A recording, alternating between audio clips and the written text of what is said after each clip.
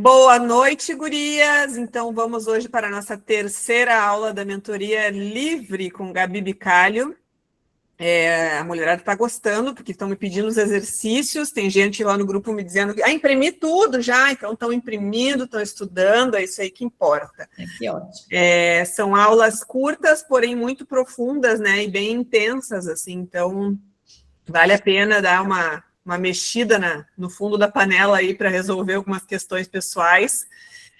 A gente vive numa constante evolução e quem não quer se melhorar acaba ficando para trás, cheio dos problemas, porque a vida, né, tem muitos problemas, então a gente tem que também fazer uma forcinha, fazer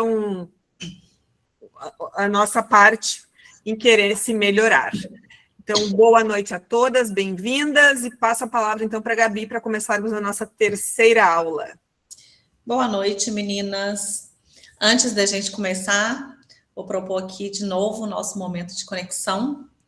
Então, vou pedir que vocês relaxem, onde estão sentadas, relaxem o pescoço, relaxem os ombros, fechem os olhos, deem uma respiração, inspira profundamente, vai soltando lentamente. E vamos começar com a nossa respiração quadrada. Eu vou fazendo a contagem e guiando vocês.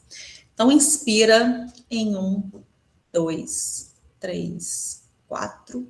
Segura. 1, 2, 3, 4. Expira. 1, 2, 3, 4. Segura. 1, 2, 3, 4. Inspira.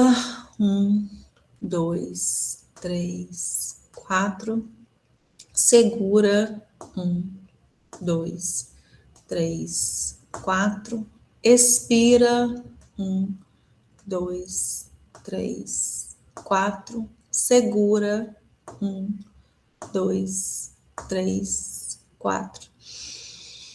Inspira. 1, 2, 3, 4. Segura. 1, 2, 3, 4. Expira. 1, 2, 3, 4. Segura. 1, 2, 3, 4. Inspira. 1, 2, 3, 4. Segura. 1, 2, 3, 4. Expira. 1, 2, 3, 4. Segura. 1, 2, 3, 4. Inspira profundamente, vai soltando lentamente, vai abrindo os olhos.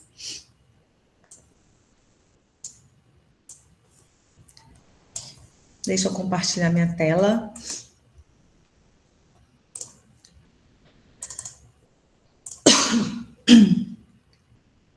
Estão vendo? Está aparecendo para todo mundo.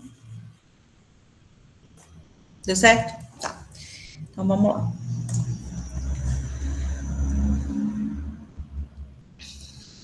Então, hoje a gente vai para o segundo pilar do método ORAR, que é o reconhecer. Na aula anterior, a gente aprendeu a se observar, a ativar o espectador, a identificar o estado emocional, a perceber qual zona a gente está operando.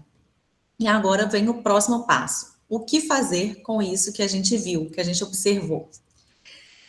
E o reconhecer, gente, não é julgamento e nem punição. Reconhecer é nomear com clareza os padrões, as armadilhas, os mecanismos que mantêm a gente travada. Porque quando a gente nomeia algo, a gente retira o poder que esse algo tem sobre a gente. Então, deixa eu passar para cá. As pessoas mais livres que existem não são as que não têm defeitos. São as que conhecem tão bem os seus defeitos que ninguém mais consegue usar esses defeitos contra elas. E aí, no método ORAR, essa fase do reconhecer, ele tem 6 dimensões de reconhecimento que a gente vai percorrer e eu vou passar aqui nessa aula. Quais são essas 6 dimensões? Reconhecer o nosso nível de maturidade, que é a nossa real disposição diante dos nossos sonhos. Reconhecer as nossas máscaras que são as versões que a gente cria para ser aceita ou para atuar em determinados contextos ou situações. Reconhecer os nossos monstros, que são as sombras que vêm à tona quando a gente está sob pressão. Reconhecer as nossas motivações, que é o motivo pelo qual a gente faz ou deixa de fazer algo.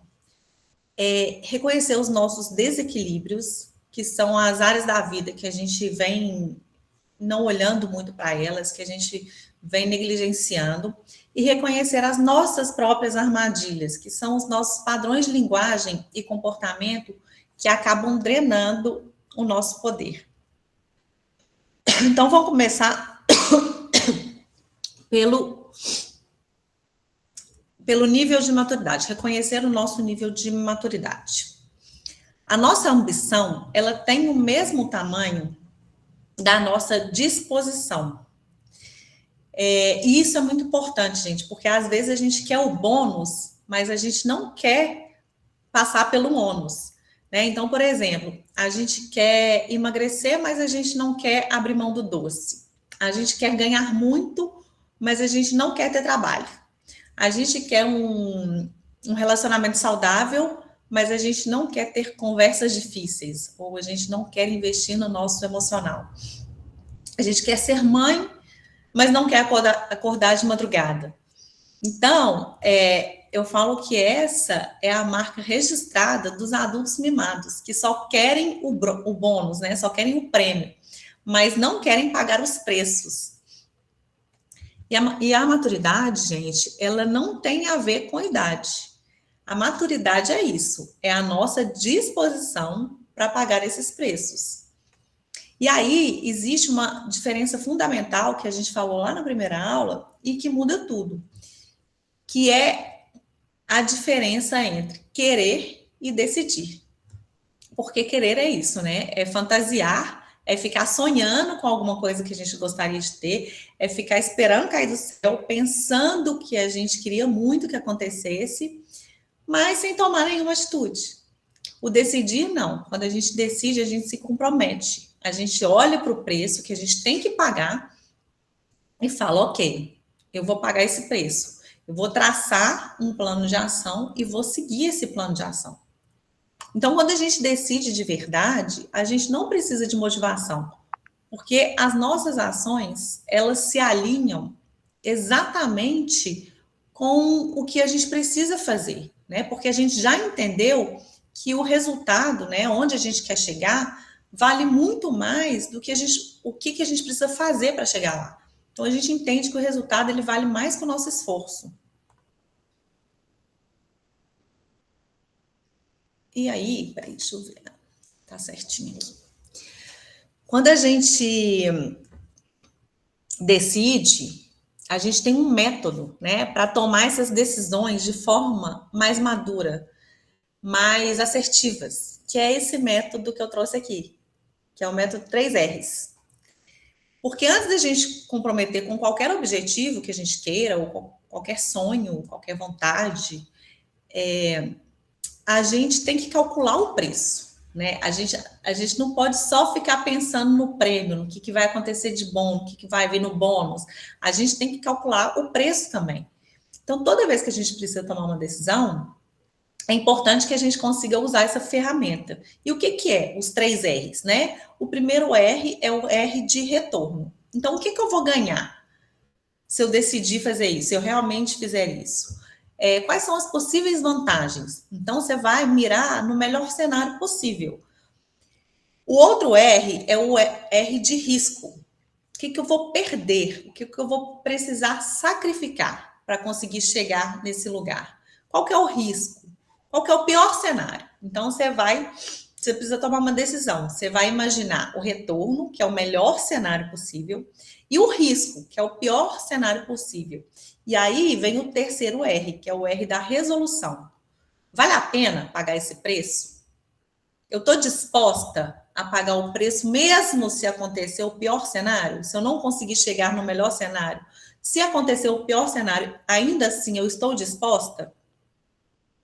E aí, daqui para frente, depois que a gente começa a utilizar esse método, a gente percebe que todo dilema, na verdade, é uma coisa muito simples. É só a gente querendo ter o melhor dos dois mundos, né? Então, a gente quer o melhor daqui e o melhor daqui. A gente quer o bônus dos dois lados. Ah, se eu decidir ir para cá, eu quero só o bônus. Se eu decidir ir para lá, eu quero só o bônus.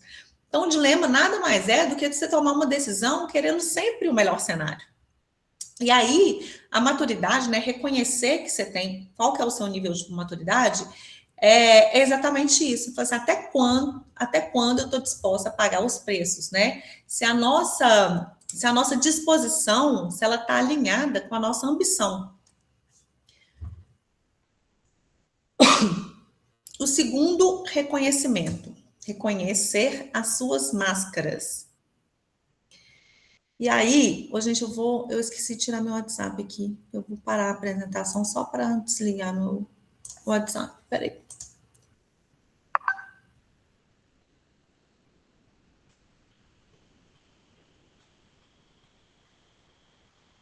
Ué, engraçado. Vocês estão escutando barulhinho? Eu desliguei ele e tá fazendo barulhinho ainda. Não. Ó. Estranho. Pronto. Silenciei tudo aqui. Deixa eu voltar ao compartilhamento.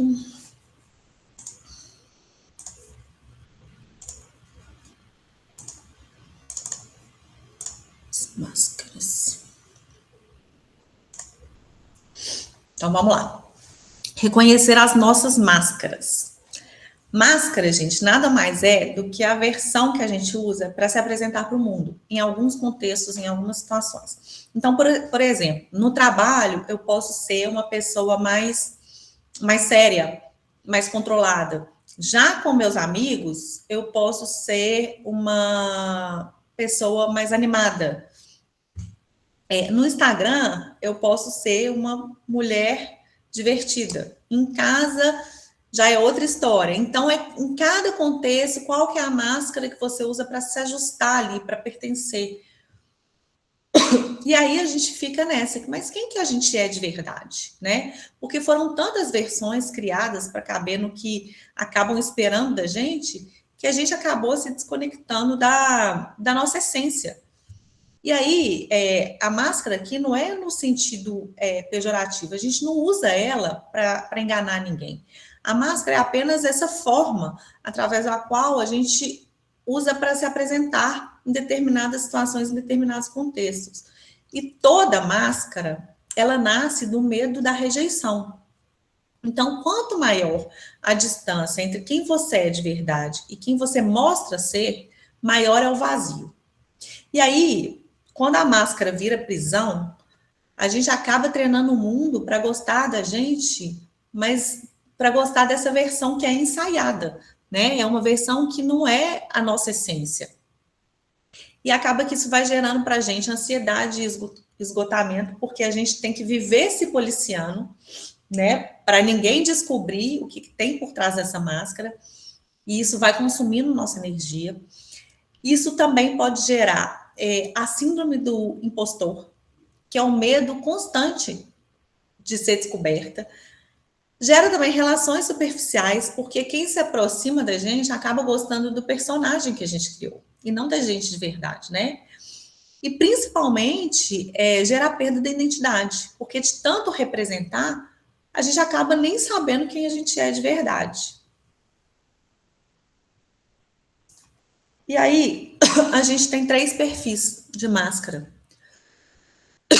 E sob estresse, cada pessoa tende a proteger um pilar da autoconfiança. Os 3 pilares são autenticidade, lógica e empatia. E aí, dependendo do tipo de máscara que a gente tende a usar, a gente acaba protegendo um pilar e perdendo os outros. E assim, são 3 máscaras, mas não necessariamente a gente usa uma delas. A gente pode usar várias delas, em diferentes contextos, né? Então, por exemplo, a guerreira. A guerreira, Na guerreira, a lógica é maior que a empatia. Então, a guerreira é aquela pessoa que aprendeu cedo que precisava ser forte e independente. Ela usa a lógica como armadura e mantém tudo sob controle. Então, ela consegue argumentar bem em momentos de tensão, mas para sustentar essa máscara de força, ela acaba calando suas emoções e perdendo sua empatia. A boazinha, ela tem a empatia maior do que a autenticidade. Então, ela protege essa empatia, mas acaba perdendo a autenticidade, porque ela está sempre focada em agradar. Então, ela evita conflitos a qualquer custo, ela sustenta uma paz aparente, mas isso acaba minando a autenticidade dela e faz com que ela acumule mágoas em silêncio. E tem a intensa, que ela prioriza a autenticidade, mas acaba perdendo a lógica. Muitas mulheres são a boazinha, ou a guerreira, né? A intensa, ela é transparente, ela é visceral, ela é fiel ao que sente, ela se orgulha disso, né? Ela bate no peito e fala, eu sou verdadeira, eu sou sincera. Mas quando ela está sob estresse, sob pressão, essa autenticidade acaba virando impulsividade. E aí acaba que ela fala sem filtro, ela reage sem pensar e acaba perdendo a lógica. Então, como eu falei, você pode se reconhecer em um desses papéis ou então em todos eles, dependendo do contexto. E o problema aqui não é usar a máscara. O problema é quando a gente esquece que essa máscara é só um acessório, né? Que a gente não é essa máscara, que nós somos quem está por trás dela. Porque a gente pode conseguir até enganar o mundo, né? Mas a gente não consegue enganar o nosso espelho. Quando a gente está lá, só a gente com a gente sabe quem a gente é, né? Então, para começar a reconhecer, para a gente começar a reconhecer quando e quais máscaras a gente usa, é importante que a gente comece, né, a se observar, que foi o que a gente aprendeu na aula passada, e a reconhecer quais são esses padrões, né? Quais são esses comportamentos que eu tenho. E para isso, a gente pode fazer as seguintes perguntas. Primeiro, em quais ambientes você mais gasta energia para causar uma boa impressão? Diante de quais pessoas você usa máscara? E quando você está sob pressão, sob estresse, qual dos 3 pilares da autoconfiança você perde primeiro? Você perde a lógica primeiro? Você perde a empatia primeiro? Você perde a sua autenticidade? Então, essas perguntas, elas são importantes para que a gente consiga reconhecer na gente, né? Que tipo de máscara a gente está usando, em que tipo de situação. E por que a gente está usando essas máscaras. Terceira dimensão, reconhecer os nossos monstros. O que são nossos monstros? Vocês já perceberam que existe uma versão sua que você não gosta? Aquela versão que aparece, às vezes, quando a gente está estressada, quando a gente está com fome, ou então quando a gente é contrariada, e aí a gente age de uma forma que depois a gente acaba pensando assim, nossa, mas quem que era aquela ali? Nem parecia que era eu, né? Parece que desceu um espírito, né? A gente às vezes fala assim, não era eu que estava ali. Quando a gente fica muito nervosa, enfim, descontrolada. Pois é, e aí a gente fica se questionando, né? Da onde que veio isso? E isso veio da gente, isso faz parte da gente, né? É o nosso monstro interno. Aquela parte nossa que a gente tenta esconder de todo mundo. Até da gente mesmo. Só que todo mundo tem esses monstros internos. Todo mundo. A diferença é que algumas pessoas, elas fingem que não têm esses monstros. Tem pessoas que se odeiam por ter esses monstros. Só que a minoria das pessoas aprendem a conviver com eles sem se deixar ser dominada por eles. Porque os monstros, eles são nossa parte menos bonita, que todo mundo tem. São as nossas sombras, né? Mas... E esses monstros, na verdade, essas sombras, eles costumam aparecer quando a gente está se sentindo ameaçada, rejeitada, desrespeitada. Mas o problema aqui não é reconhecer, não é, na verdade, o problema nem é não é ter esses monstros. O problema é quando a gente nega que eles existem. Porque quando a gente nega que a gente tem esses monstros, quando a gente nega que a gente tem essas partes não tão bonitas, eles acabam crescendo. E quanto mais perfeição a gente finge, mais o monstro vai se fortalecendo. Por quê? Porque a gente não parou para olhar para ele, né? E aí, quando a gente não consegue mais, né, se controlar, porque controle é tipo uma panela de pressão, né, gente? A gente está lá, controlando, mas a pressão está lá dentro. Uma hora, na hora que a pressão sai, é tudo de uma vez. Então, quando o autocontrole ele se esgota, esse monstro vai ser despertado. E assim, a gente tem que entender uma coisa: o mundo ele não pisa em ovos para não acordar o nosso monstro. Quem precisa aprender a lidar com esse monstro é a gente, né? Porque a gente não controla a atitude do outro, o que vai me acontecer, que pode despertar em mim, que pode acordar esse monstro dentro de mim. Então, o mais inteligente aqui, o que é fazer? É fazer o quê? É reconhecer que ele existe e aprender a lidar com ele.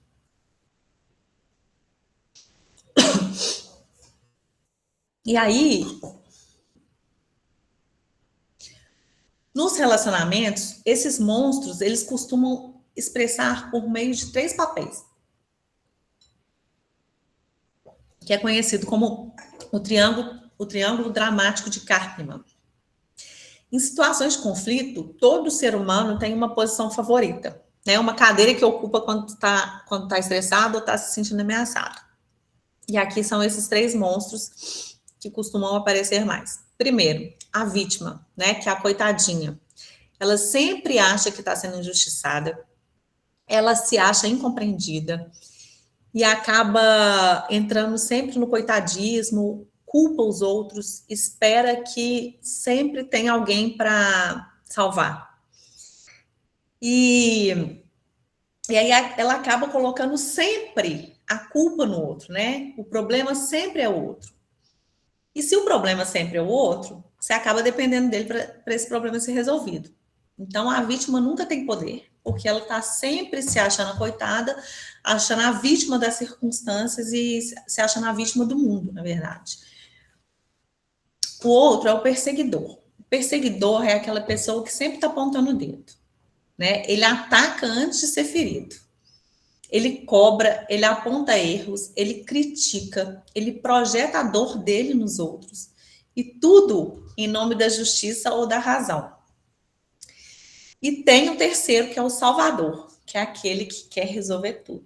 Todos os problemas do mundo, que ele acha que ele vai salvar todo mundo. Então, ele assume que não é dele, ele tenta controlar situações e depois acaba se frustrando porque não é reconhecido. Ele age até como se fosse generoso, mas lá no fundo, o que ele está querendo é ser reconhecido. E, de novo, como nas máscaras, a gente pode transitar entre os 3 papéis, né? Mas, normalmente, a gente sempre tem ali um lugarzinho favorito, que é aquela que a gente acaba sentando automaticamente quando alguma coisa tira a gente do sério, né? Então, isso é um ponto também de atenção, observar. Quando eu estou sob pressão, quando eu sou contrariada, em qual cadeira dessas 3 eu costumo sentar? E aí, para você tentar descobrir qual que é seu monstro favorito, né? Qual que é o que mais te representa, presta atenção nas frases que você começa a repetir quando você está nessas situações desafiadoras. Por exemplo, se você é mais a vítima, você costuma falar: ninguém me entende, todo mundo me critica, eu tento, mas não consigo. Se você é mais o perseguidor, você tende a repetir frases como: a culpa é sua, que não fez direito, vocês nunca fazem nada certo, tudo sou eu que tenho que resolver. E o salvador é aquele que fala: pode deixar que eu faço, coitadinho, fulano não consegue, se eu não fizer, ninguém consegue fazer. Então, preste atenção em quais frases dessas vocês costumam mais repetir, vocês vão conseguir ali enxergar qual dessas cadeiras você costuma sentar. E aqui é muito importante a gente falar que a importância de reconhecer, né, esses padrões, esses monstros nossos, é porque quando a gente enfrenta isso, a gente domina, né? E o que a gente está evitando acaba dominando a gente. Então, para a gente conseguir ter domínio sobre esse monstro, para a gente conseguir reconhecer, entender como ele funciona, a gente precisa enfrentar isso, né? Falar assim, não, eu realmente tenho isso dentro de mim, eu sei que eu tenho, eu reconheço que eu tenho, e a partir daí, construir uma nova história. E o objetivo aqui nem é matar o monstro, porque isso não tem jeito, né? Somos feitos de luz e sombra. Mas sim reconhecer esse monstro. Porque quando a gente reconhece ele pelo nome, quando a gente dá nome a ele, ele perde a maior parte do poder que ele tem sobre a gente. Então é importante, eu falo aqui, dê nome mesmo. Eu tenho o meu monstro, eu sei, eu já reconheci, eu entendo quais tipos de situação ele costuma aparecer e eu dei um nome para ele. Nome mesmo. E aí a gente até conversa, bate um papo de vez em quando, porque quando a gente dá nome, quando a gente conversa com ele, a gente começa a entender, a gente começa até a sentir quando ele está chegando, e aí a gente consegue ter mais facilidade para dominar esse monstro.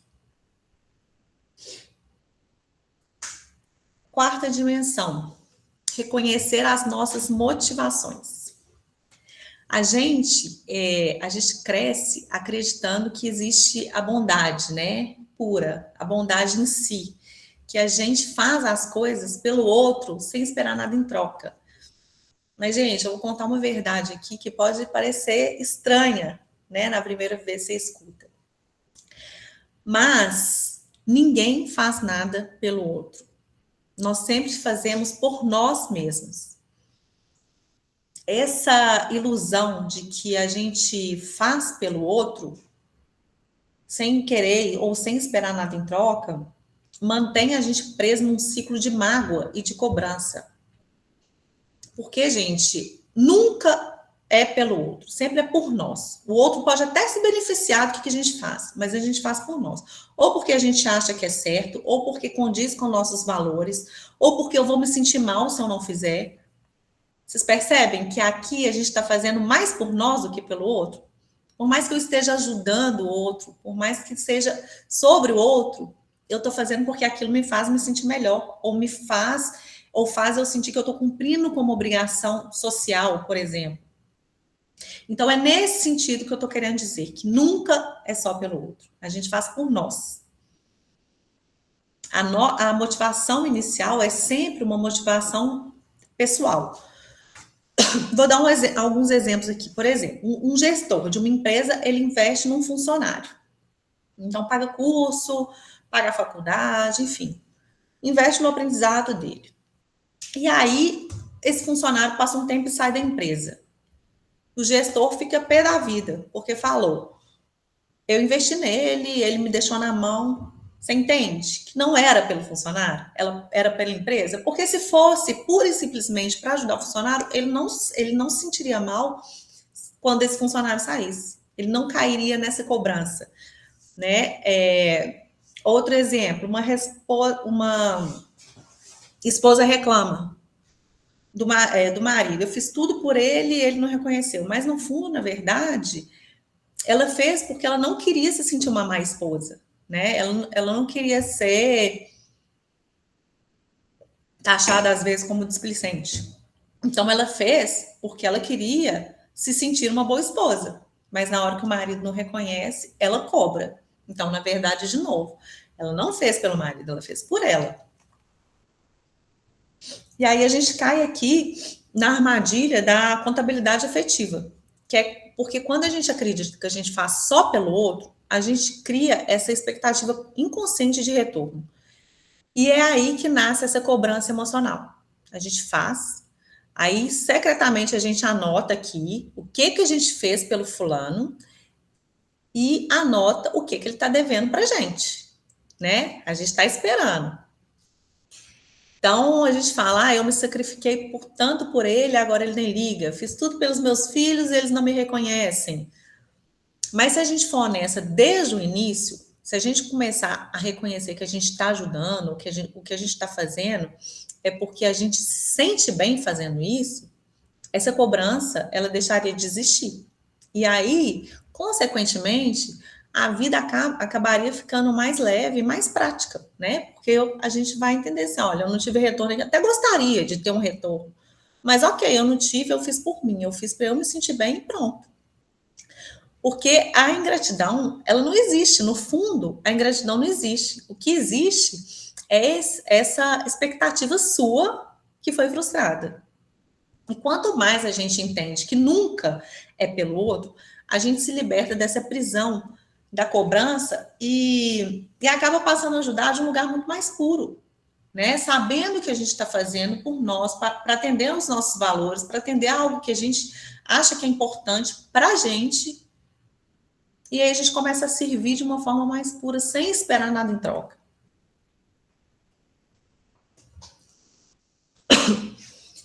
Dimensão 5. Desequilíbrios. Reconhecer os nossos desequilíbrios.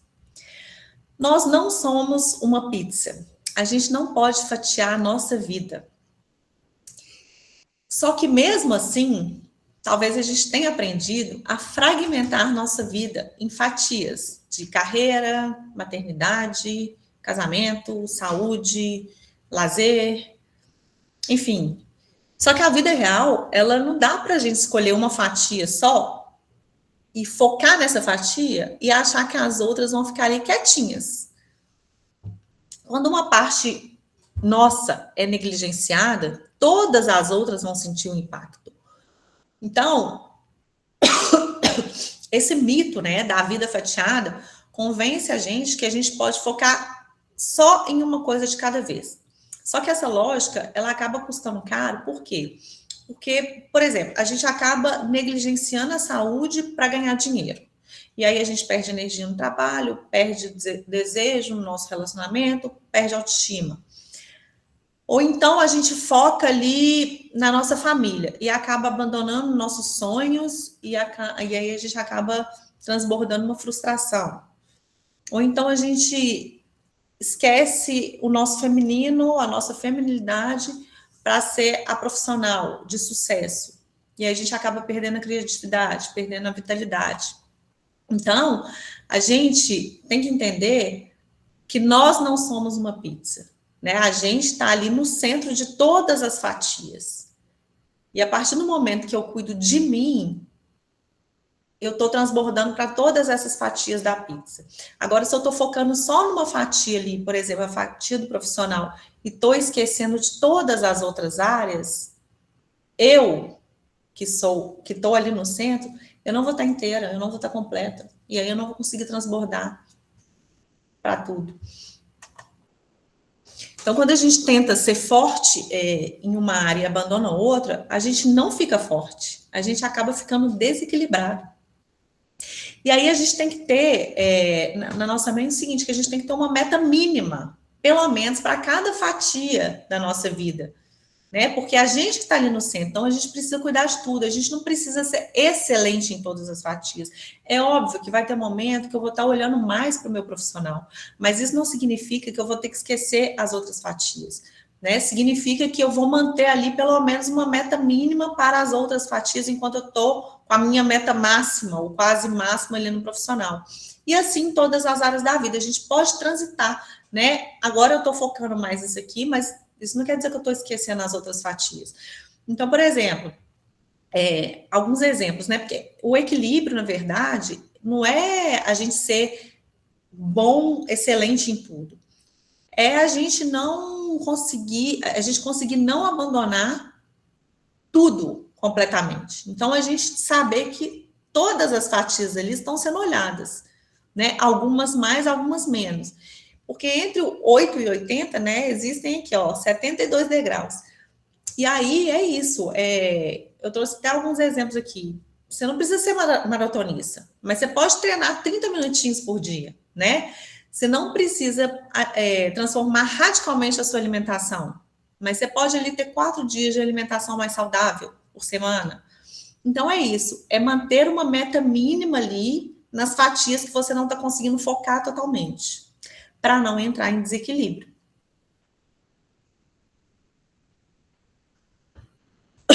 E aqui a gente tem o papel da nossa autoimagem, é muito importante nesse ponto dos desequilíbrios. Por quê? Porque o nosso cérebro age de acordo com o que a gente acredita ser, né? A gente já falou isso. Isso chama viés de confirmação. O cérebro, ele busca confirmação do que você acredita. Então, se você acredita ser zero a pessoa que malha, que treina, o seu cérebro vai encontrar motivos para você não ir treinar. Se você acredita, por exemplo, que você é uma pessoa muito fria, muito prática, seu cérebro vai te sabotar em momentos românticos. Se você acredita que você não tem criatividade, o seu cérebro vai evitar projetos inovadores, porque ele sempre vai estar ali buscando a confirmação de quem você acredita que você é. Então, você só sustenta mesmo, só consegue sustentar aquilo que combina com a sua autoimagem atual, com aquilo que você acredita que você é. E é por isso, gente, que mudar os hábitos, os nossos hábitos, sem mudar a nossa identidade, gera sabotagem. Porque não é só força de vontade, é conflito mesmo, de autoimagem, é conflito sim. Mas eu não sou essa pessoa, então eu não consigo fazer isso, né? E aí o ajuste que a gente tem que fazer para agir diferente é ter as atitudes que aproximam a gente dessa nova versão. Então, nós já falamos sobre isso também. Se eu quero ser uma pessoa mais saudável, eu vou começar a ter atitude de pessoas saudáveis. E aí, nisso, eu vou gerando novas percepções sobre mim, que vão se transformar em crenças sobre mim. Então, eu vou começar a acreditar que eu sou essa pessoa. Porque na hora que vier a resistência, falar assim, não, você não vai treinar hoje porque tá frio. Eu vou falar assim, não, eu vou porque a minha nova autoimagem, a pessoa que eu quero ser, ela iria. E aí você vai lá e vai. E aí você vai criando novas memórias sobre você. Então, é assim que a gente muda a nossa autoimagem e, consequentemente, consegue alterar nossos hábitos. Porque se a gente só tenta alterar os hábitos sem ter essa consciência de quem a gente acredita ser, a gente vai acabar se sabotando. A gente vai acabar caindo na conversa da resistência.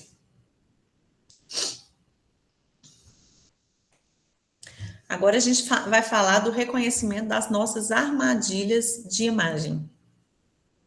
Porque além dos nossos padrões internos de linguagem, né? Existem essas armadilhas que vivem na nossa linguagem. Então, nas frases que a gente usa no dia a dia, que acabam programando silenciosamente o que a gente acredita que é possível para a gente. E a primeira armadilha é uma armadilha que, assim, todo mundo que eu conheço faz. E às vezes faz até sem perceber. Que é o vício do desabafo. Você já percebeu que depois de você desabafar, você sente aquele alívio momentâneo, e que algumas horas depois, o incômodo acaba voltando? E a vontade de desabafar de novo volta também? Isso acontece, gente, porque desabafar, quando ele vira padrão, ele não promove a cura. Porque é aquele loop de reforço. Toda vez que você acaba contando essa historinha, né, de sofrimento ou do que te aconteceu, você vai reforçando no seu cérebro os caminhos neurais daquela narrativa. Então, você vai repetindo o fato do desabafo, vai revivendo aquilo, vai revivendo a dor. É até por isso, né, que a palavra ressentimento existe, porque você ressente tudo de novo. Toda vez que você desabafa, porque você quer colo, porque você quer validação, porque você quer confirmar que o outro é vilão, né? Você vai ressentindo tudo de novo, vai criando aquele loop. E aí, normalmente, a pessoa que você procura para desabafar é uma pessoa que vai te validar, que vai validar a sua narrativa, e aí você reforça o seu padrão de vítima, você reforça o padrão de que você estava certa e que a outra pessoa estava errada. Você ressente tudo de novo e não busca a cura. E aí é muito fácil, né, de perceber que o desabafo, ele quase sempre coloca quem está desabafando nessa posição de vítima e o outro é sempre o vilão. E aí, se o problema é só o outro, como que você vai conseguir resolver o problema? Já que ele não está em você, né? E isso acaba roubando seu poder. E o desabafo nada mais é do que isso. É contar a mesma história várias vezes, é buscar a confirmação de que o outro está errado, é querer o colinho ali naquela hora e é não chegar a lugar nenhum. Ao passo que, se você entende que ao invés de desabafar, você deve processar, o que é processar? É buscar entender a sua parte na situação, por que você viveu aquela situação, qual parte de você se colocou naquilo, aprender com essa experiência e sair dessa conversa com clareza do que você pode mudar para que isso não te aconteça de novo. Então, é muito diferente o desabafo de uma conversa madura. Né? Na maioria das vezes, a conversa é só desabafo. Então, é melhor nem chegar nesse ponto. Se sentir vontade de desabafar, pega o celular, grava um áudio para você mesmo, ou então escreve no caderno o desabafo que você ia fazer lá para sua amiga, ou para sua mãe, enfim, para quem for. Faz uma indução de estado, espera passar um tempo, depois escuta esse áudio, ou então lê isso que você escreveu. Vocês vão começar a perceber os padrões de vitimismo.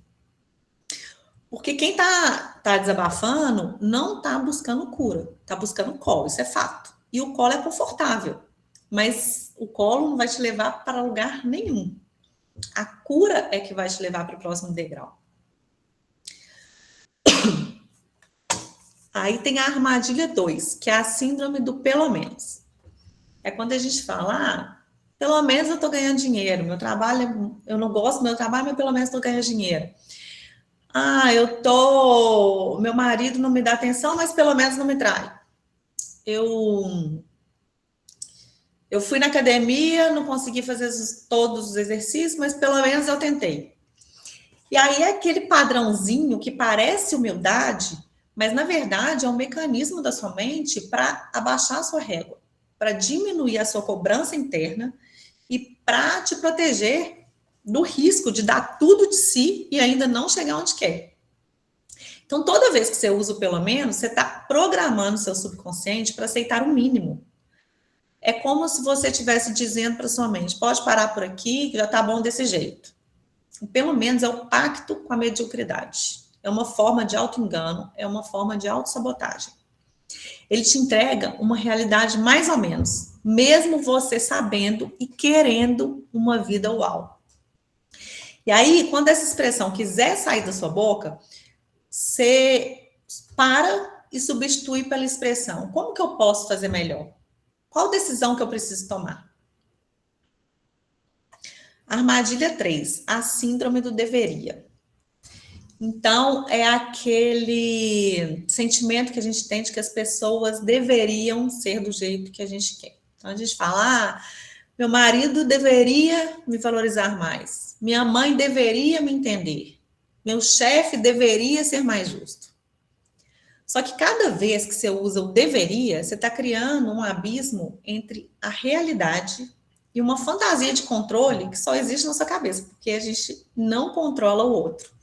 Né? Nós não temos o poder de controlar ninguém.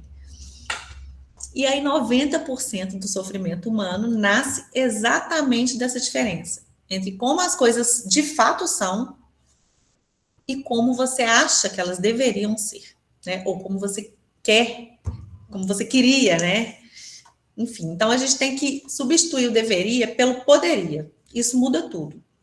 O que eu poderia fazer para lidar com o incômodo que essa situação me causa? Porque aí isso, de novo, traz o poder para a gente e retira da mão do outro, né? A ideia aqui é sempre a gente trazer essa responsabilidade para a gente, esse poder para as nossas mãos. Aquele conceito da primeira aula de zona de poder, né? O que está fora da minha zona de poder, eu não tenho que perder energia. Então, assim, como que você traz poder para você?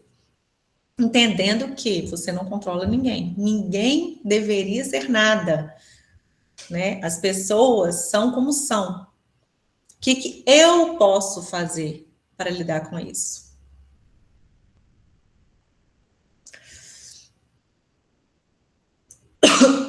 E aí, gente, o que eu queria trazer aqui de mais importante nesse pilar do reconhecer é que o reconhecer, ele é um ato de coragem mesmo.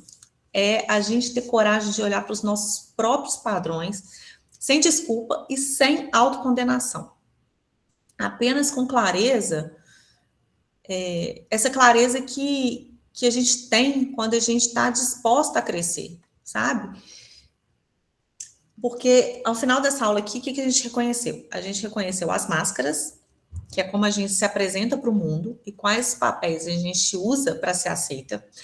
A gente reconheceu os nossos monstros, deu nome às sombras e entendeu como elas manifestam nos conflitos. A gente reconheceu as nossas verdadeiras motivações, né? Que altruísmo puro é um mito e que toda ação parte de um interesse nosso interno e tá tudo ok ser desse jeito. A gente reconheceu os nossos desequilíbrios, que não existe vida fatiada e que negligenciar algumas áreas acaba gerando frustração em todas as outras, acaba impactando todas as outras áreas, porque é a gente que está no centro ali da nossa pizza. A gente reconheceu o nosso nível de maturidade, então a diferença entre querer decidir e como a gente calcular o preço real do nosso objetivo, sabendo pagar os preços e alinhando a nossa ambição, a nossa disposição. E a gente reconheceu as armadilhas, que são os padrões de linguagem que programam o nosso subconsciente para o mínimo. E aqui é muito importante a gente entender que a gente não é os nossos padrões.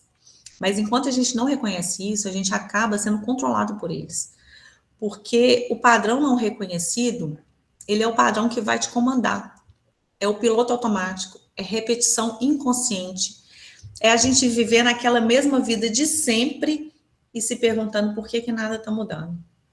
Mas agora, com a consciência, a gente consegue dar o primeiro passo para essa liberdade, porque a gente não consegue mudar o que a gente não vê, mas a gente pode escolher fazer diferente, né?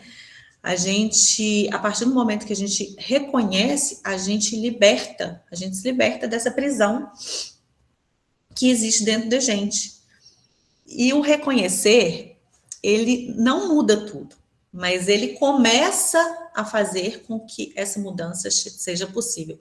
Porque agora a gente já sabe, a gente já viu, a gente já nomeou, e aí o que tem nome pode ser confrontado. Né? O que é visto pode ser transformado.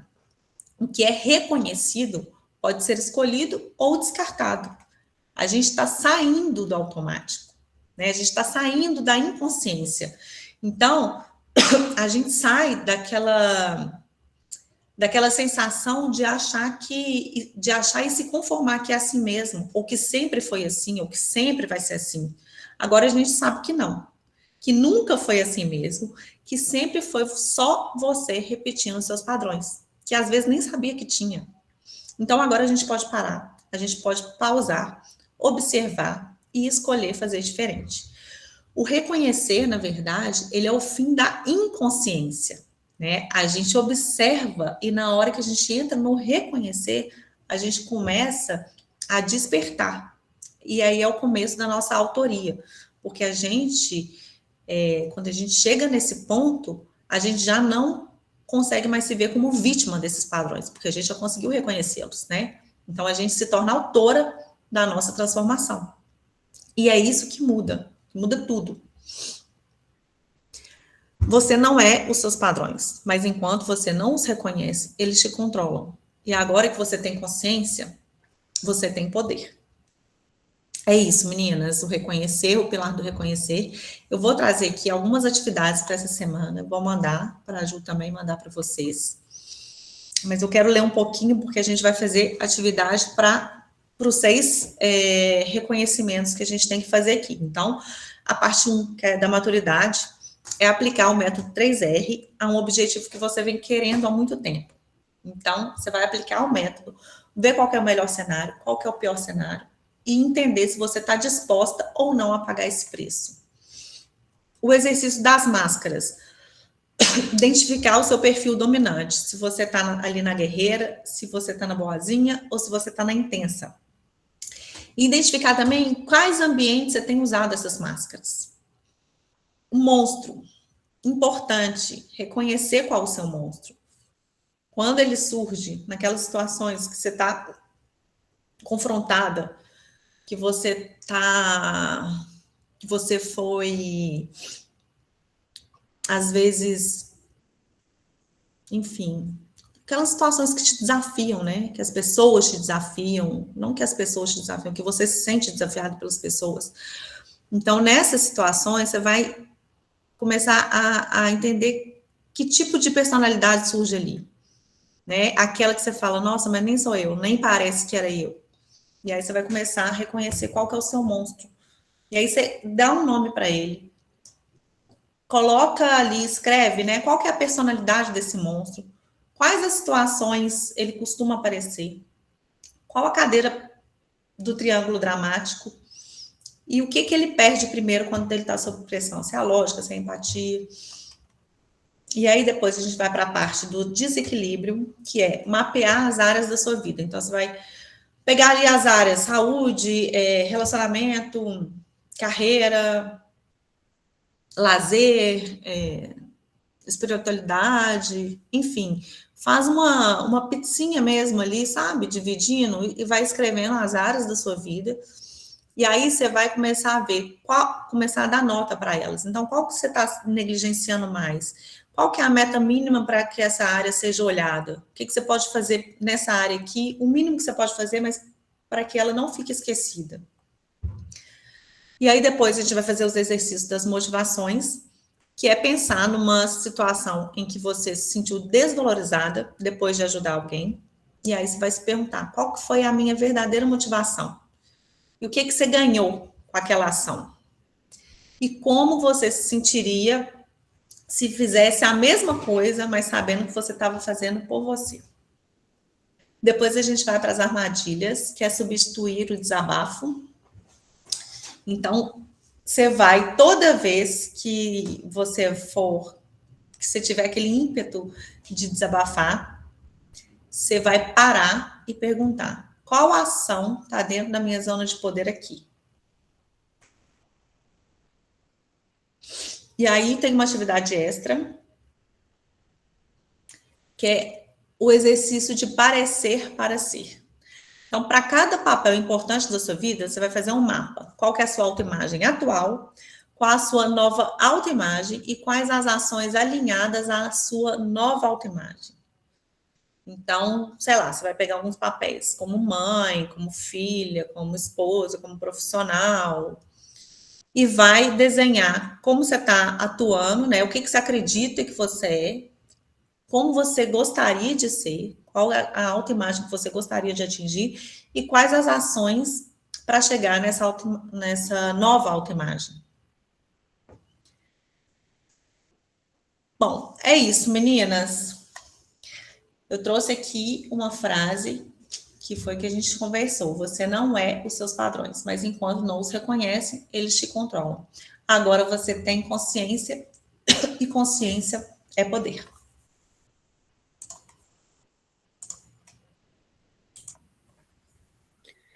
Hello, guria! Muitos tapas na cara aí de novo, nessa aula. Muitos sacodes. Gostou, Cassinha? Gurias, eu estava ouvindo aqui a Gabi falar e pensando, eu sei que algumas já com certeza, né? Mas tem alguém aqui que não tinha ouvido falar nessas crenças limitantes, nessas coisas que colocam na nossa cabeça, ou alguém da nossa família, ou algum amigo, amiga, ou a gente mesmo, às vezes, cria uma verdade absoluta que não é verdade e leva isso durante a vida toda. Tem alguém que nunca ouviu falar nisso, tudo que a gente está falando aqui de autoconhecimento? Eu acho que não com essa forma tão detalhada, direto ao ponto. Boa noite, tudo bem, meninas, desculpa. Oi, oi. Mas eu achei bem interessante esse ponto anterior de identificar isso, né? A gente replica tão naturalmente que não se dá conta, sabe? Vira corriqueiro. Mas de fazer essa análise do lado de fora antes de se atirar nesse looping aí, achei bem interessante. Gostei dessa abordagem. É porque é isso, né? Às vezes a gente fica no automático ali, a gente não para olhar de fora. E aí, né, à medida que a gente começa a se observar, a gente começa a reconhecer na gente algumas situações, alguns padrões, alguns comportamentos que talvez não sejam o que a gente esperava, o que a gente gostaria de ter. Mas é a partir do momento que a gente começa a reconhecer na gente, que a gente tem isso dentro da gente, é que a gente começa a ter clareza e ter poder de como dominar ou de como mudar, né? Tem coisa que a gente domina, tem coisa que a gente consegue reconstruir. Controle não é uma opção, né? Porque controlar uma hora vai explodir, uma hora vai estourar. Então a gente tem que aprender a lidar com isso. Eu acho que as gurias já me ouviram falar sobre, mas eu venho de uma família muito reativa, acho que eu falei isso na aula passada. E eu era uma pessoa muito reativa por consequência, muito estourada. Para virar minha chave era muito rápido. Eu sou sorridente, mas não queira me ver brava, porque eu virava assim, ó, quando eu vejo, eu já estava com o dedo na tua cara. E o arrependimento e o remorso que me dava depois, pela forma que eu tratava as pessoas, nossa, eu ficava muito mal. Me dava uma ressaca moral, que nem falam, né? E aí eu aprendi a dar uma raciocinada, porque eu comecei a praticar a meditação há muito tempo. Então, a meditação, que é aquele exercício que a Gabi faz de se conectar com o momento presente, ele também treina o nosso cérebro para dar aquela pausa de respiro e aí tu age. Porque antes parecia um disjuntor de luz que fazia plique, quando eu já estava furiosa ou já estava, enfim. Teve uma situação que eu já contei numa aula nossa também. Eu estava trabalhando num evento, numa casa de festas que eu tive na pandemia, né? E aí, no final do evento, era um evento só para mulheres, no final do evento, uma moça muito, muito alcoolizada vem falar comigo e diz assim: o que está acontecendo lá dentro? Eu falei: nada, a casa já fechou. Ela me deu um tapa na cara, assim, ó. Por que tu não me falou que a festa estava acabando? Gurias, se fosse em outro momento, eu tinha grudado ela no pescoço e levantado ela da parede.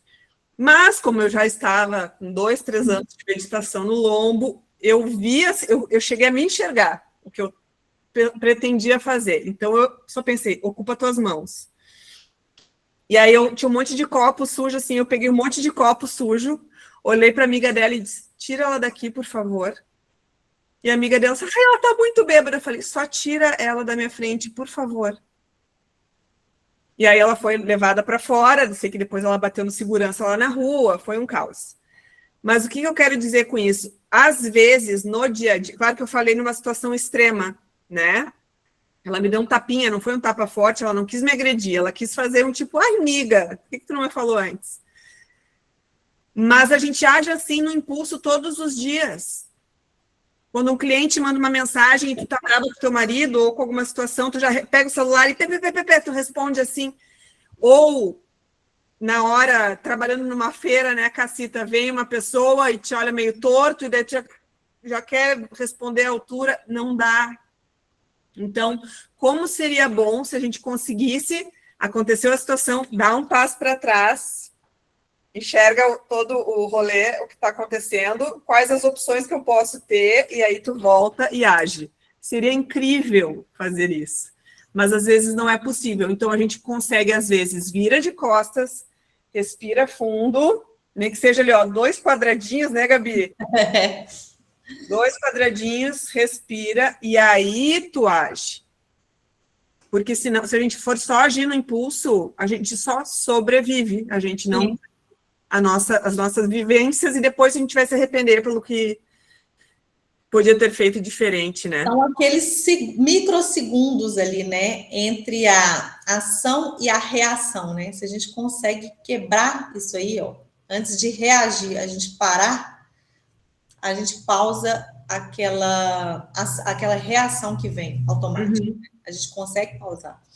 E é isso, é dar uma respirada, porque na hora que você para e pensa assim, ó, o automático já foi, já passou, e aí você consegue agir de um lugar melhor.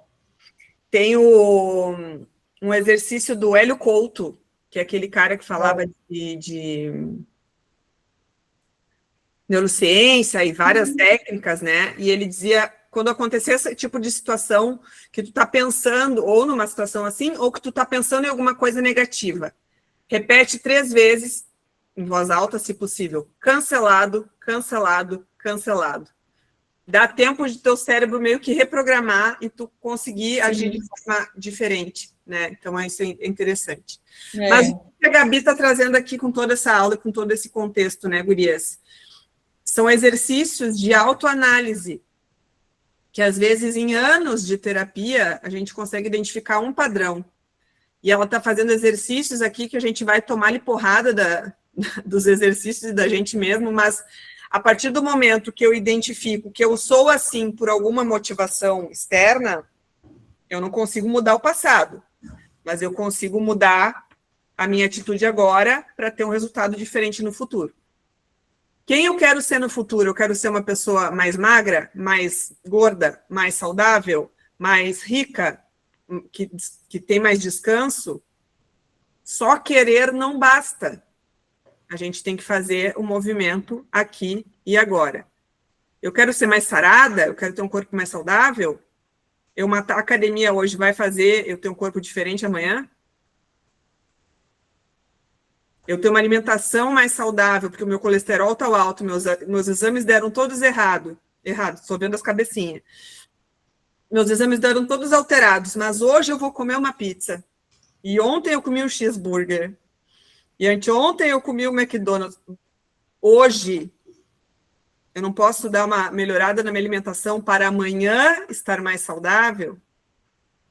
E é isso, né? É a gente falar o seguinte, agora eu sou a pessoa X. Então, é a gente começar, a gente acreditar que a gente é essa pessoa e começar a agir como ela, né? Porque a gente mudando o hábito, fala assim, não, hoje eu não vou comer a pizza. Mas você continua acreditando que você é aquela pessoa que não resiste a uma pizza. Uma hora você não vai resistir a ela. Então, você tem que começar a acreditar, não, eu sou uma pessoa que come bem. E aí você vai começar a fazer as ações que essa pessoa faria. E aí, aos pouquinhos, sua mente vai começando a te enxergar de uma outra forma. É assim que a gente muda a autoimagem. Não adianta mudar hábitos sem mudar a autoimagem. E tem que ir mudando também aos poucos, né, Gabi? Não adianta a gente amanhã querer acordar outra pessoa, uma pessoa... São as metas, são os micro hábitos. E assim, eu trouxe isso na semana passada, eu vou trazer de novo, né? Eu estou juntando aqui, essa mentoria, ela dura 3 meses, eu estou juntando muita informação em pouco tempo, e eu estou trazendo os exercícios disso, mas façam no seu tempo, né? Às vezes você pega um exercício, né, reconhecer lá o monstro, fica uma semana pensando nele, depois faz outro, né? Eu estou trazendo aqui para que vocês tenham essas ferramentas para que vocês usem na vida, mas não é de uma hora para outra, não é fácil, é desconfortável, então a gente tem que se respeitar, a gente tem que respeitar nosso tempo, não caindo na síndrome do pelo menos, obviamente, pelo menos eu fiz isso hoje, não, você vai fazer o que você dá conta, você vai fazer o que você é capaz, sem justificar, mas você vai fazer o que você dá conta de fazer naquele momento. Sem fazer menos do que você dá conta. Você sabe que você dá conta, então você vai fazer aquilo que você dá conta. E aí vai dividindo os exercícios. Porque é muita mudança para a gente fazer assim em 4 aulas, né, em 4 semanas. Não dá. A gente tem que ir aos poucos, a gente tem que se observando, a gente precisa de tempo para reconhecer. A gente precisa de tempo para observar, a gente precisa de tempo para reconhecer. E até para aceitar, né? Porque o próximo, eu vou dar os 2 próximos, o próximo é acolher. Então, às vezes, a gente reconhece algumas coisas na gente que a gente não quer olhar. A gente não quer acolher. E a gente tem que acolher, porque só depois que a gente se acolhe, a gente está pronta para se perdoar e para reconstruir. Então, não é assim, de uma hora para outra. Cada semana você vai conseguir fazer, né? É um processo. E muitas vezes é um processo longo. Muitas vezes é um processo doloroso. Então, a gente tem que se respeitar nesse ponto. E por que terapia é uma vez por semana, né, gurias? Exatamente por isso, para ter um tempo de digestão dessas informações, digere, não deu certo, falamos sobre esse mesmo assunto novamente semana que vem, assim a gente vai indo. Esses exercícios da Gabi aqui também é assim, tá? Eu vou parar de gravar para abrir para as perguntas, a Giovana levantou a mão, então estou encerrando aqui a gravação. Nos vemos na próxima semana para você que assiste gravado.